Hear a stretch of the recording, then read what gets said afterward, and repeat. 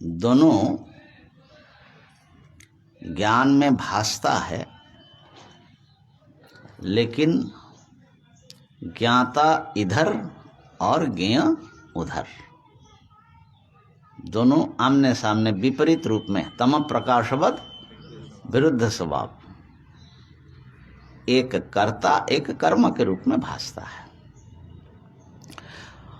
और भ्रम होने के लिए सामने भासना माने कर्म के रूप में भासित होना, विषय के रूप में ज्ञेय पदार्थ के रूप में कोई चीज भासित हो तो उस ज्ञेय में दूसरे ज्ञेय पदार्थ का भ्रम हो सकता है, जैसे रस्सी में सर्प भ्रम।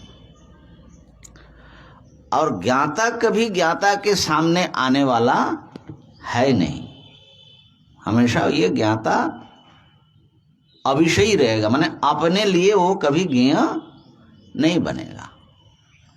तो ऐसी स्थिति में ज्ञाता में ये जो अंतकरण आदि अहंकार आदि का जो अध्यास आप बोल रहे, अंतकरण आदि तो ज्ञेय पदार्थ है। देखो ज्ञाता में ज्ञाता का अध्यास हो सकता है कि नहीं?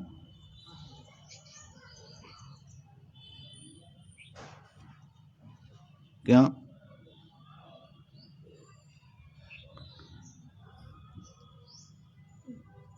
ज्ञाता में ज्ञाता का अध्यास, अध्यास का नाम तो दो वस्तु का सम्मेलन है, तो ज्ञाता तो एक ही शब्द। ठीक, बढ़िया बोल रहा है।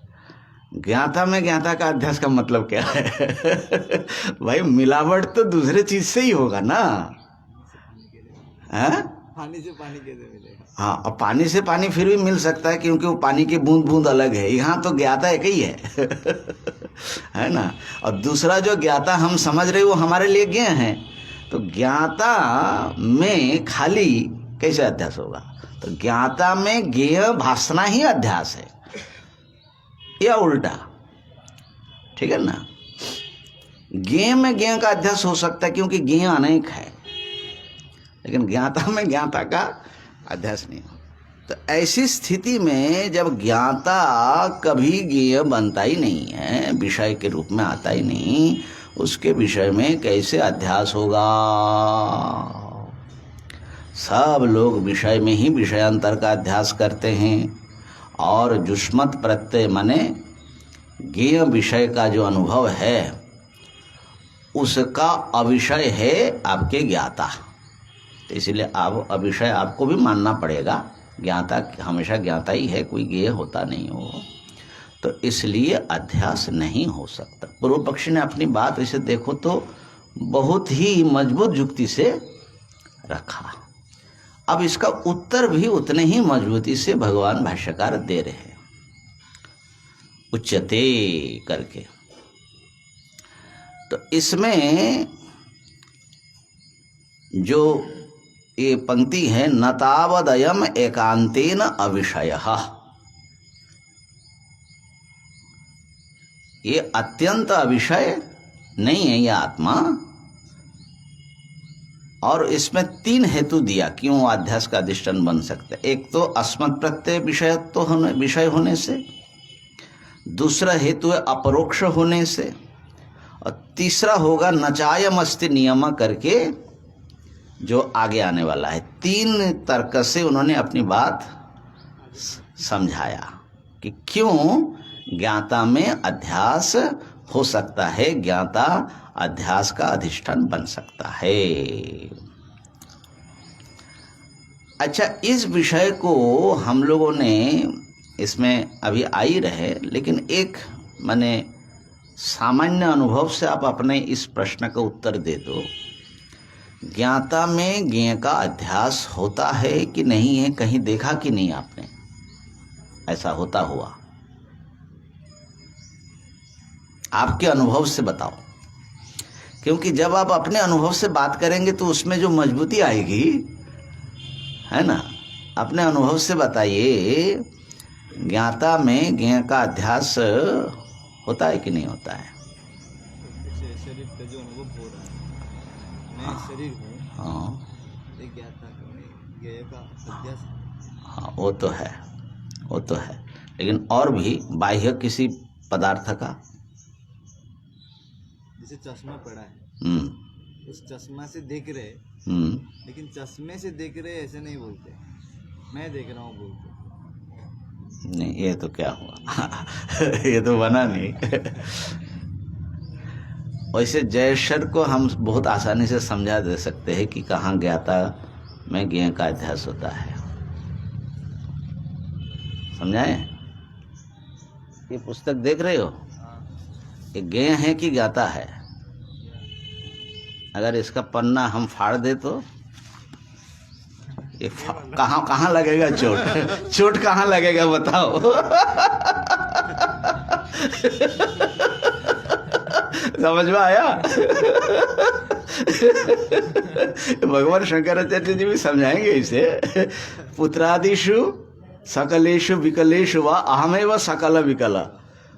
बेटा बीमार पड़ गया लेकिन पिताजी को अनुभव हो रहा है कि मैं मर गया कैसे हो रहा है? इतना बाह्य पदार्थ ज्ञेय, उसमें बीमारी है, तकलीफ है, और वो तकलीफ वो तो ज्ञाता में आया कि नहीं आया? ज्ञेय धर्म बताइए। ऐसा हमारे सारा अनुभव आप देख लो, निरंतर हम लोग ये उटपटांग काम करते ही रहते, जबकि है उल्टा उल्टा। तुमको दुखी नहीं होना चाहिए लेकिन करे क्या है ना? ज्ञेय से अपने आप को जुड़े हुए हैं। अध्यास तो बहुत सारे वस्तु में होता है ऐसा। हाँ, जिस प्रकार वो पंचदशी में हम लोग आपने पढ़ाए थे, जैसे पुत्रों का आत्मा मान करके हम लोग यूज करते हैं। हाँ, तो पुत्रों को आत्मा करके हमने व्यवहार करते हैं। हाँ, अपने भार्या को वो ऐसे व्यवहार करते हैं, पिता को हाँ, करते हैं। वही हाँ, उसी का ध्यान दिलाने के लिए मैंने बोला कि वो जो हमने सुना, कई बार सुना है, महात्मा बोलते थे कि अपने जो मकान अगर आपने हाथ से बनाया आश्रम, तो एक ईंट या उसका कुछ खरोंच आया ना, तो ऐसा लगता है कि अपना ही दिल का कुछ जो है खरोंच आ गया। नए नए गाड़ी जब लिए तो उसमें कोई ऐसा भी कुछ कर दे, माने थोड़ा सा नाखून लगा दे, तो ऐसा लगे कि हमारे ही कुछ हो गया तो कहने का अर्थ है कि हम लोग निरंतर ज्ञाता में ज्ञेय धर्म का अध्यास करते रहते हैं, ये अनुभव सिद्ध है। लेकिन प्रश्न है कि होगा कैसे? माने ये जो हो तो रहा है, वेदांती ने अनुभव से बात कही, लेकिन युक्ति से ये सिद्ध नहीं हो रहा है कि ज्ञाता तो कभी ज्ञेय बनेगा नहीं। तो ऐसी स्थिति में उसमें कैसे वो आरोप होगा? तो पहली बात तो ये है कि भाई जब अनुभव हो रहा है, इसका मतलब है कि ज्ञेय बने बिना भी ज्ञाता में ज्ञेय धर्म का अध्यास हो सकता है। ये बात समझ लीजिए। तो इसका मतलब है कि अध्यास होने के लिए ज्ञेय बनना, अध्यास के अधिष्ठान होने के लिए ज्ञेय बनना आवश्यक नहीं है, खाली उसका भान चाहिए। जिसमें अध्यास होगा उसका एक अनुभव रहना चाहिए, और अनुभव अधूरा रहना चाहिए, पूरा नहीं, तब अध्यास हो जाएगा। बस इतनी बात है। ठीक हो गया ना? मूल बात पकड़ में आ गई। अब आइए, भाष्यकार कह दिया, भाष्यकार ने अस्मत् प्रत्यय विषयत्वात्। वहाँ विषय पद से बहुत कन्फ्यूजन हो जाता है। ऐसा लगता है कि जैसे हम लोगों ने, वेदांतियों ने मान लिया कि अहम इस अनुभव में आत्मा विषय बन गया। तो आत्मा विषय कभी नहीं बन सकता। क्यों? विषय बनने का मतलब है कि जो ज्ञाता है वो अपने ज्ञान के द्वारा किसी चीज को अपने घेरे में लिया, इसका नाम है विषय बनना। माने आपने किसी चीज को जाना, तो आपका ज्ञान किसी वस्तु को अपने घेरे में लिया, इसलिए ज्ञान को परिच्छेद भी बोलते हैं। ठीक है? तो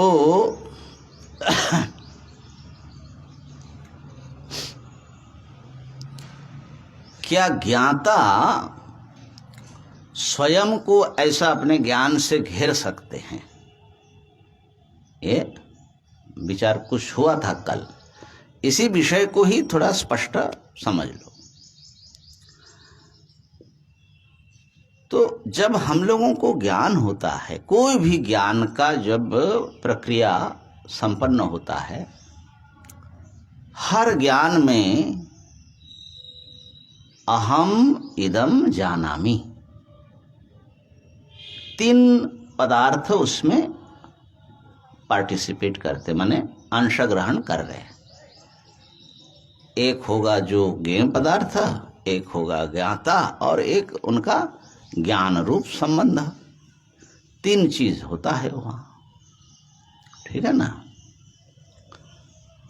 प्रत्येक ज्ञान, कोई भी इदम पदार्थ का ज्ञान हो या किसी का कोई भी ज्ञान हो, ज्ञान में कुछ जानने का विषय होगा, कुछ जाना जाएगा और कोई जानेगा।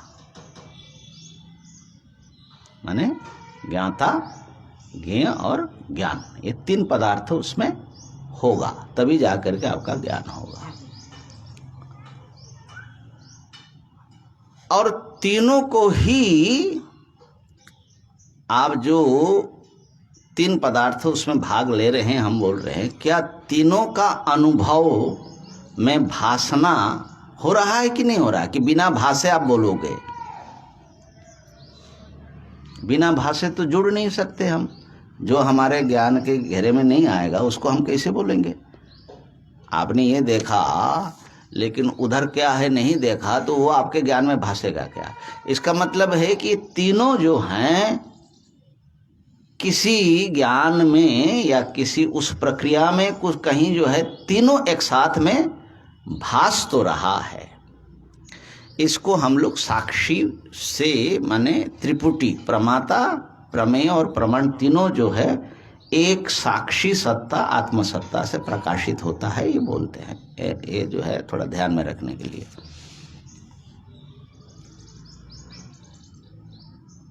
लेकिन देखिए, जो तीनों भास रहा है इसमें कुछ फर्क है।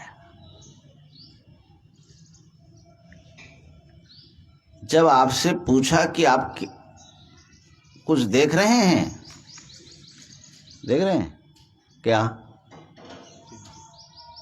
ये तो आप नहीं कहते कि हम 3 चीज देख रहे हैं, जबकि आप देख रहे हैं, इसको भी देख रहे हैं और आप देख रहे हैं, माने आप है देखने वाला, वो भी देख रहे हैं। माने एक साथ में तीनों तो हैं, होने पर भी तीनों के भासने में फर्क है। 3 होगा ना, 4 होगा स्वामी। 4 कैसे होगा बाबा? जैसे विषय पड़ा हुआ है, हाँ, उसमें प्रमाण के साथ जो आदि जो है वो पड़ा हुआ है, और उपाधि विशिष्ट जो ज्ञाता है, और फिर उपाधि विशिष्ट को प्रकाश करने वाला शुद्ध जो नहीं माने, हाँ माने साक्षी की बात कर रहे हो। हाँ, साक्षी तो सब प्रकाश है। साक्षी सब प्रकाश होने से उसको जो है वो प्रमाता, प्रमेय, प्रमाण का स्वरूपभूत है।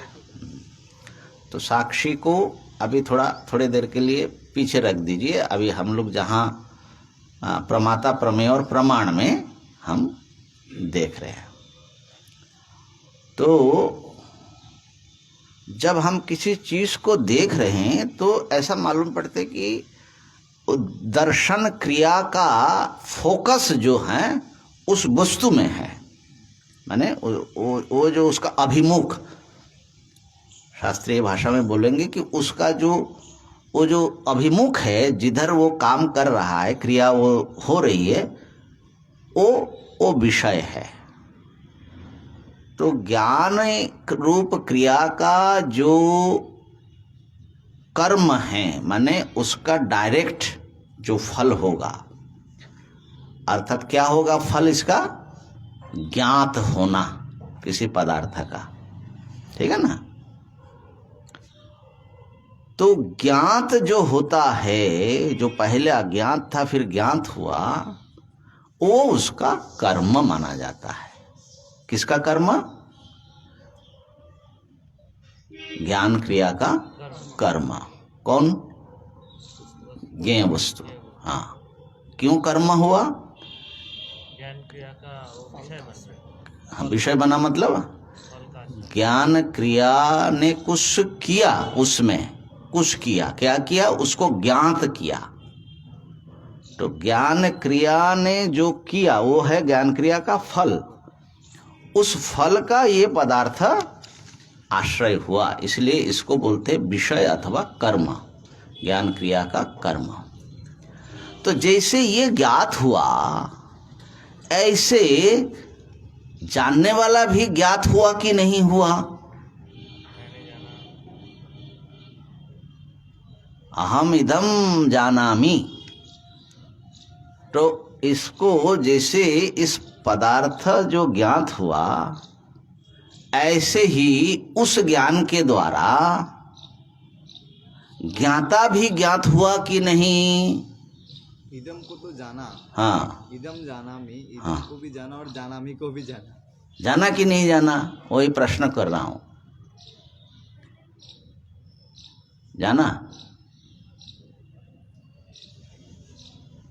ज्ञान क्रिया के द्वारा ज्ञाता ज्ञात नहीं होता है, वो तो हमेशा ज्ञाता ही है। ज्ञाता पहले अज्ञात था, अब वो ज्ञात हुआ। जैसे ये विषय अज्ञात से ज्ञात होता है, ऐसा तुम हर ज्ञान व्यापार में पूर्व अज्ञात होते हो और फिर ज्ञात होते हो क्या?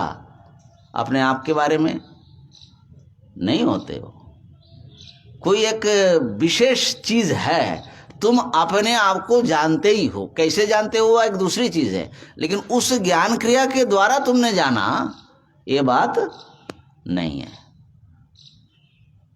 बल्कि उस ज्ञान क्रिया के पूर्व से ही तुम अपने आप को जानते, तभी तो तुम जानने के लिए प्रवृत्त होते हो।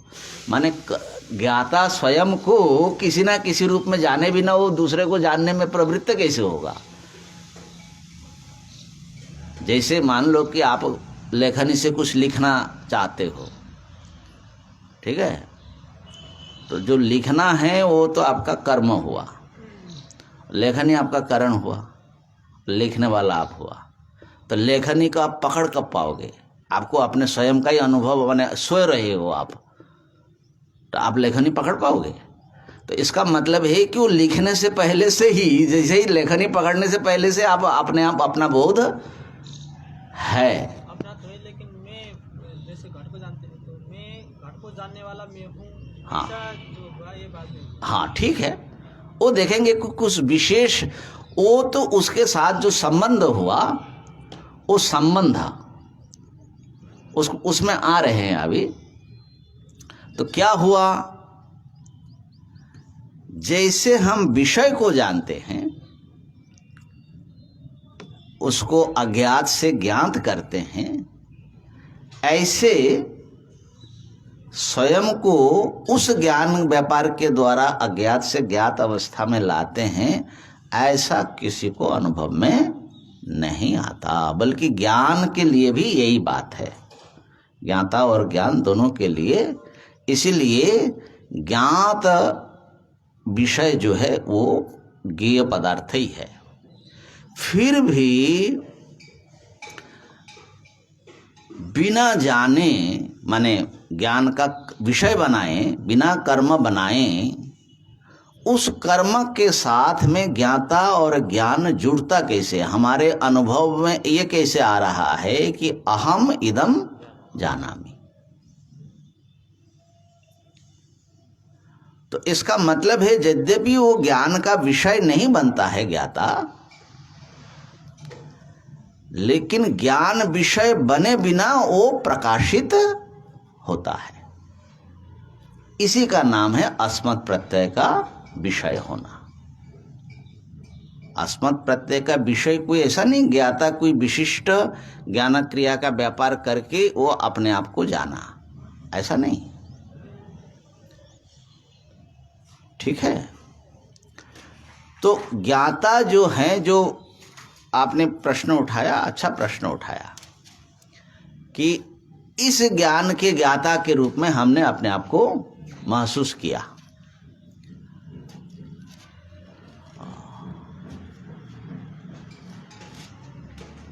तो होता क्या है, जैसे आप चलने का व्यापार कर रहे हो, पैर उठाया और आप उत्तर देश में उसको, उस क्रिया को आपने उत्तर देश में की ओर बढ़ाया, क्रिया हुई, ठीक है, और फिर उसका फल हुआ उत्तर देश संयोग हो गया। तो वहां पर उत्तर देश संयोग होने के लिए उत्तर देश संयोगानुकूल एक व्यापार माने एक हलचल आप में होगा। बिना हलचल हुए क्रिया होगी? तो जैसे ही आप जानने में प्रवृत्त होते हो तो आप में कुछ जो है सूक्ष्म परिवर्तन होता है। वो जो परिवर्तन है उसी को ज्ञातृत्व कहलाता है। माने उस ज्ञेय विषय का ज्ञाता बनना, क्योंकि वो व्यापार ज्ञान क्रिया का व्यापार करने वाले के रूप में उस समय मानो आप में कुछ चेंज आया, परिवर्तन आया, है ना। इसलिए वो है कर्म, ये है क्रिया, और आप कर्ता बने। ये जो एक संबंध विशेष बना वो उसी समय बना। बात पकड़ में आ रही है? तो वो फर्क है। लेकिन उससे जो है आप ज्ञात नहीं हुए, आप उस ज्ञान क्रिया का कर्ता तो बने, लेकिन ज्ञान क्रिया का कर्म आप नहीं बने। पकड़ में आई बात? माने वो जो संबंध है ज्ञाता और ज्ञेय का, वो संबंध विशेष है और संबंध द्विष्ट होता है, तो दोनों में संबंध रहेगा। तो वो जो संबंध है उस संबंध का भी प्रकाश ज्ञाता ही करेगा। तो कहने का माने सार ये हुआ कि जब हम प्रत्येक अनुभूति में तीन चीज का प्रकाश होता है, प्रमाता, प्रमेय और प्रमा माने ज्ञान। प्रमाण का प्रकाश होता है नहीं होता है वो अलग चीज है, वो एक अलग विषय है। माने अतीन्द्रिय मानते हैं इंद्रियों को, लेकिन प्रकाशित होने पर भी हर ज्ञान में ज्ञाता प्रकाशमान होने पर भी वो ज्ञेय सरीखे प्रकाशमान नहीं होता। वो ज्ञाता बन करके प्रकाशित होता है। मैं जान रहा हूं, इसको प्रकाश कर रहा हूं, इसी रूप में उसका प्रकाश होता है। हाँ, हम लोग जो पूर्व की जिस प्रकार बता रहे हैं, सामने पड़ा हुआ है, उसी वस्तु को देखने के लिए पहले कर्म का जरूरत पड़ते हैं, क्रिया जरूरत पड़ती है। कर्म और क्रिया शब्द अलग है। क्रिया जरूरत पड़ते हैं, और क्रिया के फल रूप में जो ज्ञाता है वो ज्ञाता कर्म रूप में विषय को जानते हैं, हो गया। परंतु इन्हें जो अपना जो स्वयं अस्मत् प्रत्यय है, इसमें इस प्रकार क्रिया नहीं है। नहीं, अस्मत् प्रत्यय उसी समय है। मतलब बाहर वस्तु में जिस प्रकार है, एक साथ में अहम इदम जानामि ये अनुभव हुआ, ठीक है, वो ठीक हाँ। है। जैसे अहम हाँ। जो व्यवहार करते हैं, हाँ। उसमें भी क्रिया है। हाँ, अहम इस अनुभव में जो अहम करके ये जो शब्द हमने व्यवहार किया, वो व्यवहार करने के लिए भी बिना ज्ञान के व्यवहार नहीं होगा। तो वो जान करके किया हमने अपने आप को कि मैं ज्ञाता हूं, लेकिन वो जानना और इस वस्तु को जानने में फर्क हो गया। ये कर्म के रूप में जाना और उसको कर्ता के रूप में जाना, प्रकाशक के रूप में जाना, ज्ञाता के रूप में जाना, ठीक है ना। तो अब प्रश्न एक ये आता है, क्या कभी हम वस्तु को जब जानते हैं तब तो एक माने थोड़ी अस्पष्ट रूप से हम कहे, ये जो थोड़ी जो झंझट हो रही है कि हम अपने आप को जान रहे कि नहीं जान रहे, उस समय जब वस्तु जान रहे, वो इस कारण यही है कि वो विषय रूप से नहीं जान पा रहे ना। विषय में जो स्पष्टता है, ज्ञान क्रिया के द्वारा कुछ अज्ञान का वहाँ से अपसारण हो जाने से जो एक ज्ञातता आ जाती है, वैसे ज्ञातता इसमें नहीं आ रही है इस प्रकार की। इसीलिए थोड़ी सी इसके विषय में हमेशा ही कुछ ना कुछ अस्पष्टता हम लोगों को मालूम पड़ती है।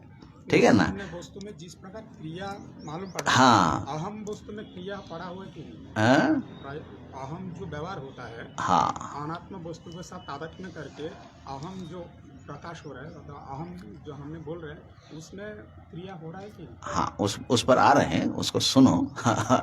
ये माने एक शब्द में उत्तर तो नहीं दे सकते, हो भी रहा नहीं भी हो रहा है, लेकिन उसको सुनिए। तो क्या हो रहा है, कभी ऐसा हो सकता है कि नहीं, माने इदम पदार्थों को छोड़कर ज्ञाता जो है केवल अपने को अहम करके ऐसा विषय बना करके जाने, ऐसा कभी होगा कि नहीं? माने कभी ज्ञाता अपने आप को विषय बना करके जान सकता है कि नहीं जान सकता? नहीं जान सकता। फिर भी अहम, ऐसा केवल प्योर अहम अनुभूति में अगर हो तो ज्ञाता कुछ अपने आप को कुछ ज्ञाता है ना, ज्ञाता विषय मैटर ही अलग है। प्योर अनुभूति होगा जब हम बोलेंगे तो हाँ। हम माने तो अहंकार ही, हमने वही कहना था। अहंकार ही आएगा। अपने जब भाव जब प्रकाश करने जब जाएंगे प्योर होगा तो तब हम भी नहीं उसमें रहेंगे। विषय तो ज्ञाता कभी अपना ज्ञेय, ये विषय में आप लोग सहमत हो गए ना? तो उसको पंचपादी का कारण पद्मपादाचार्य ने बहुत अच्छा दृष्टांत से समझाया। हमको बड़ा माने वो लगा कि देवदत्त जो है वो गमन क्रिया करने के लिए मान लो उद्यत है, खड़ा है, तो गमन करेगा तो वो सामने की ओर जाएगा माने पैर, या तो पीछे की ओर जाएगा, दोनों तरफ हो सकता है। सामने की ओर जाएगा तो उसको उसका जो अग्रभाग है उसके साथ उत्तर देश का संयोग होगा, और पीछे की ओर जाएगा तो पृष्ठदेश उधर है उसके साथ अग्र माने उत्तर देश का संयोग होगा। एक साथ में वो दोनों गति कर सकता है कि नहीं? असंभव है ना? ऐसे ही वो ज्ञाता का जो जानने रूप क्रिया है ना, वो गमन क्रिया जैसा है। ज्ञाता किसी ना किसी रूप में जाता है विषय की ओर, तो वो उधर भी जाए और इधर भी जाए एक साथ में, एक ही क्रिया में, ऐसा संभव नहीं होता। क्योंकि मेरे जन्म से पहले भी वो जैसे वैसे पढ़ जन्म से पहले, मरने के बाद वैसे ही रहेंगे। हाँ। परंतु मेरे इस अवस्था में, जागृत अवस्था में, जब मेरी सजगता पढ़ने पर हाँ अहम करके हमने उसका प्रकाश कर रहे हैं, हाँ। भाव प्रकाश कर रहे हैं। मुंह से हमने बोले ना बोले, परंतु हाँ अहम, ये अंदर अंदर जो जागरूकता है, ये बुद्धि वृत्ति को लेकर ही तो हमने उसके ठीक ठीक। तो ये भी बात है, ये भी अच्छी बात बोल रहे, जो बोलने का चाहते हैं कि कई बार हम विषयों को इनकार करके अपने आत्मानुसंधान जब करते तो अहम अनुभूति और स्पष्टतर होती है, तो वहाँ पर वृत्ति बनती है, वृत्ति बन रही। अहंकार पदार्थ निर्वृत्तिक भी रह सकता है और उसमें वृत्ति वाला भी हो सकता है, सविकल्पक वृत्ति भी होती है।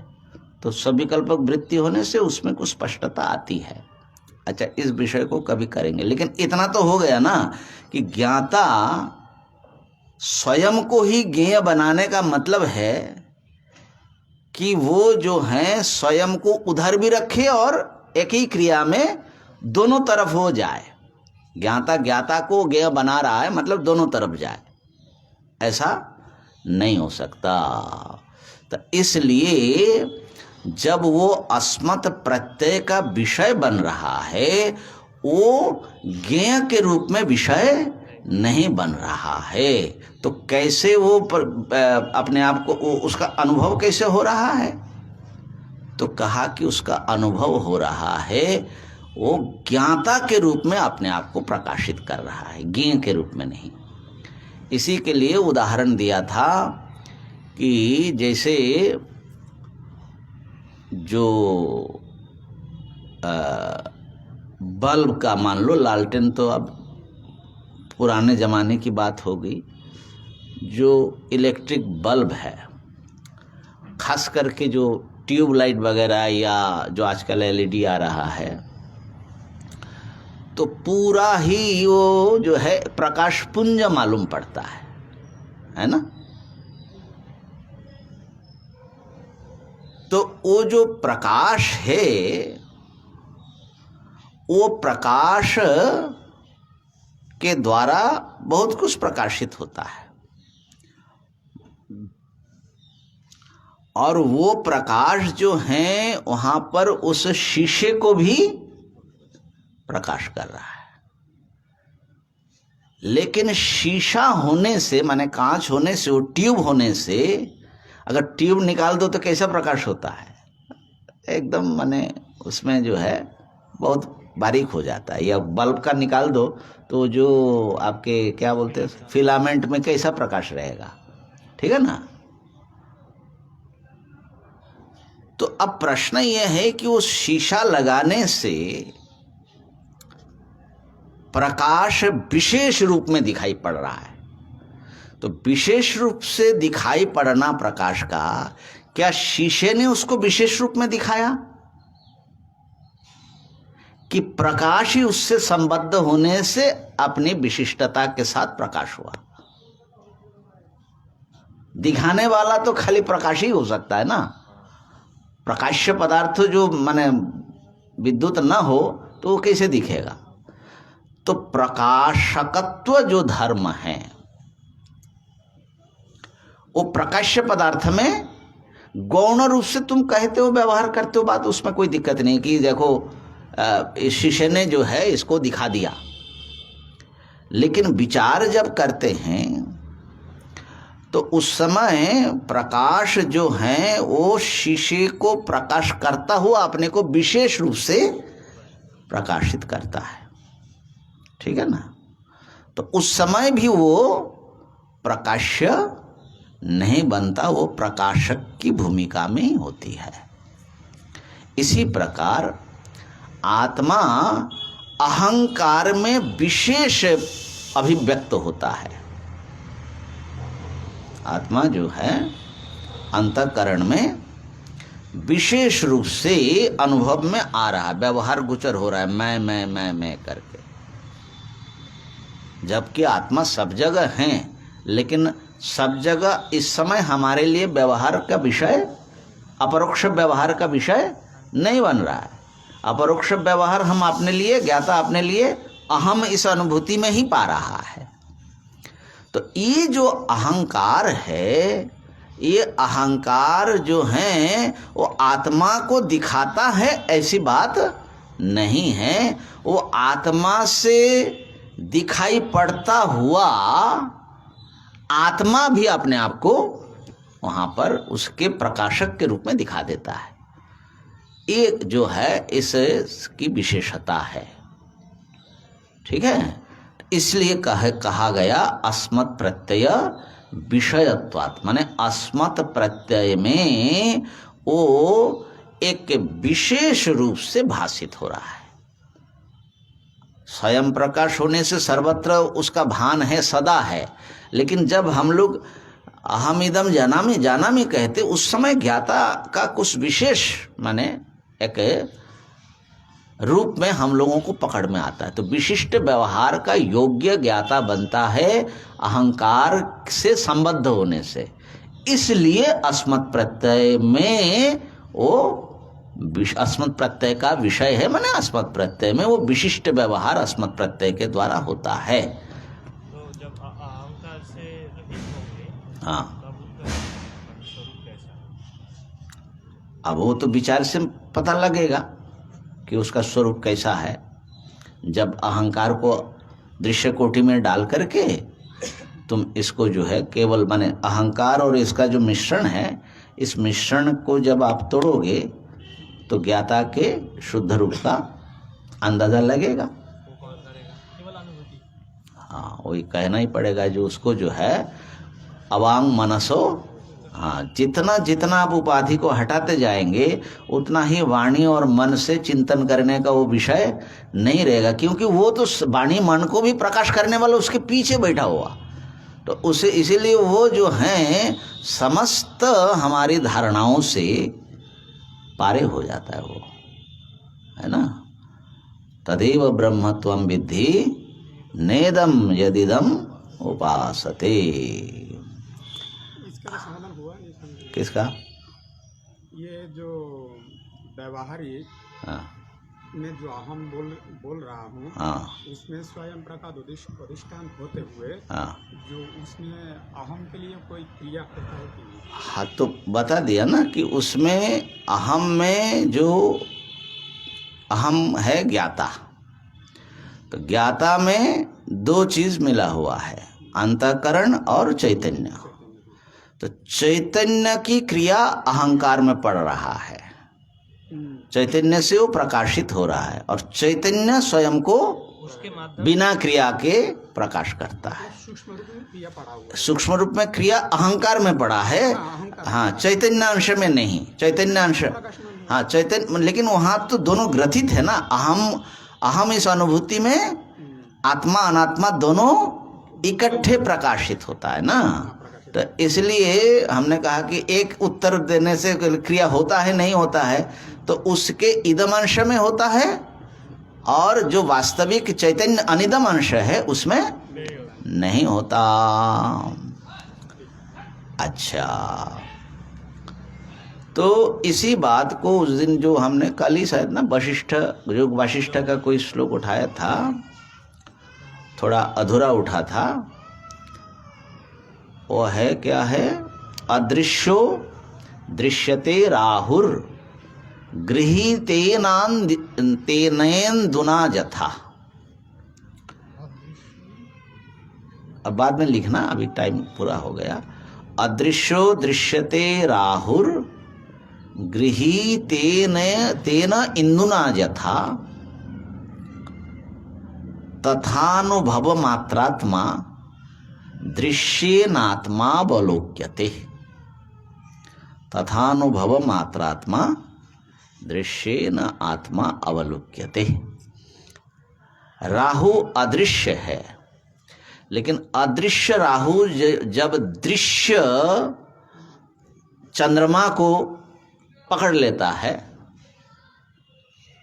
तो उसकी वो भी मानव की दृश्य हो गया वहां पर, ठीक है ना।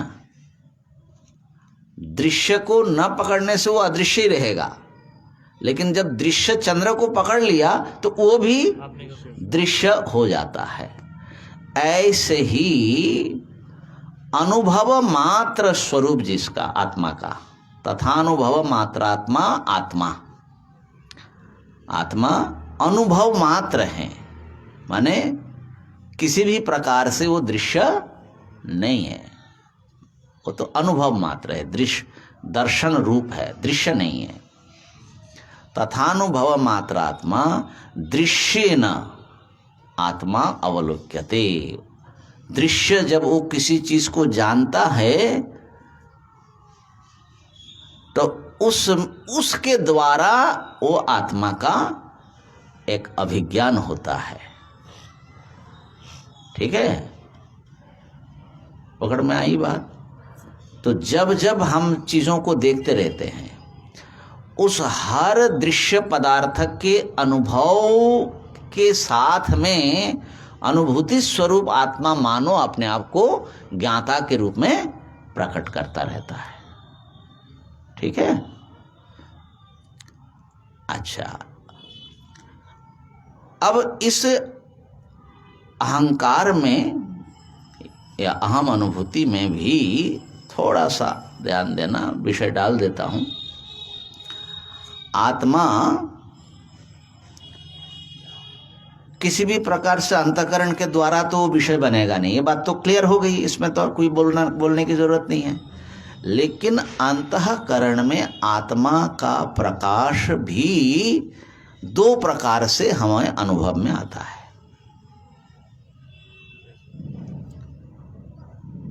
एक है वो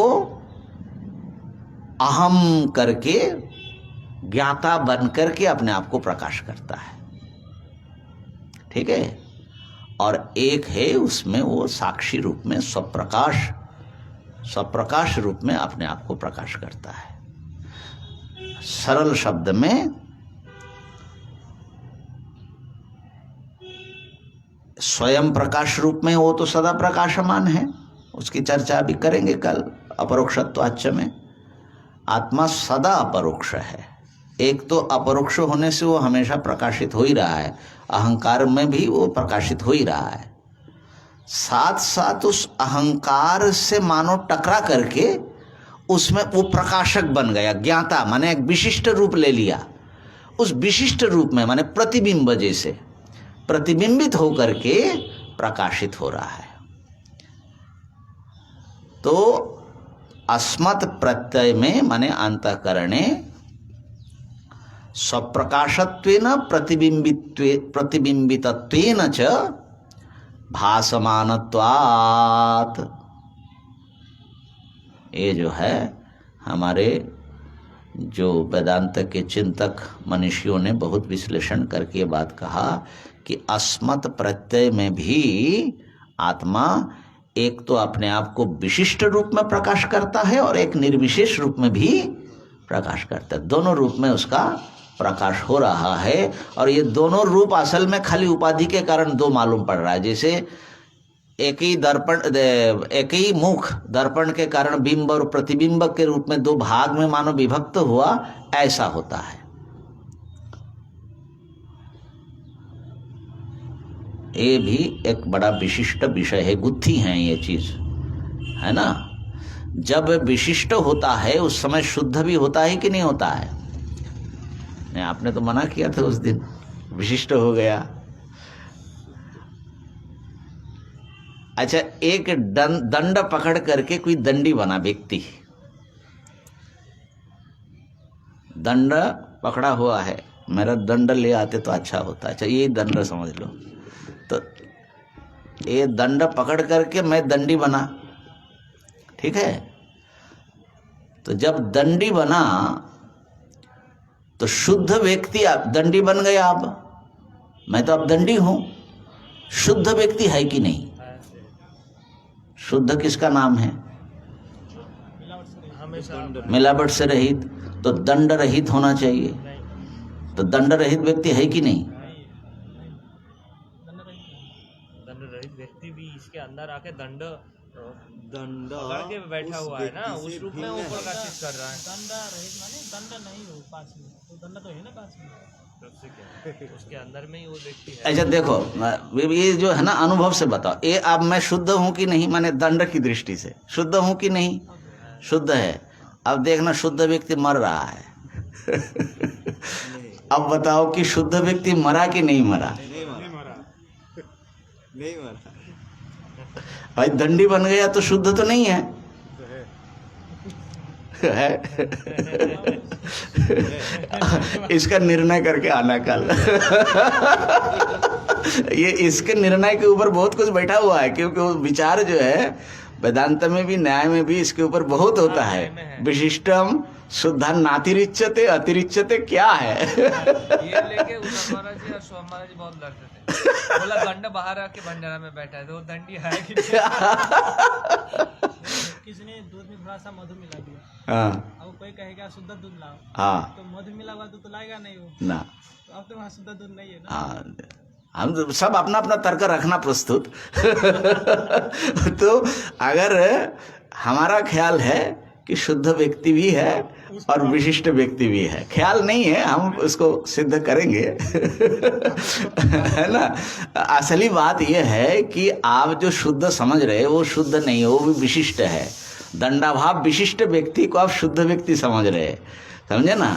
शुद्ध व्यक्ति है केवल व्यक्ति का स्वरूप। वो दंडाभाव विशिष्ट में भी जो है और दंड विशिष्ट में भी जो है, उभयानुगत जो है वो शुद्ध होगा। तो वो तो कभी मर ही नहीं सकता ना। माने विशेषण जिसमें भासेगा वही शुद्ध है, विशेष्य। फिर अमृत है, हाँ अमृत में विष मिला हुआ है। हाँ अब जो विष मिला हुआ अमृत है वो भी शुद्ध अमृत है, हाँ। तो उसको खाएंगे तो हम जी जाएंगे, ऐसा तो नहीं होगा। अमृत की शुद्ध है। अरे भाई अमृत को क्यों लाते हो? वो तो विष हो जो भी हो, अमृत खाओगे तो मरोगे ही नहीं, वो तो निश्चित ही है। उसके जाने दीजिए, वो पहले वाला ठीक है, दूध और मधु वाला जो है उसमें रहिए, अमृत में और झंझट ज्यादा बढ़ जाएगा ना। और ये आ जाएगा ना,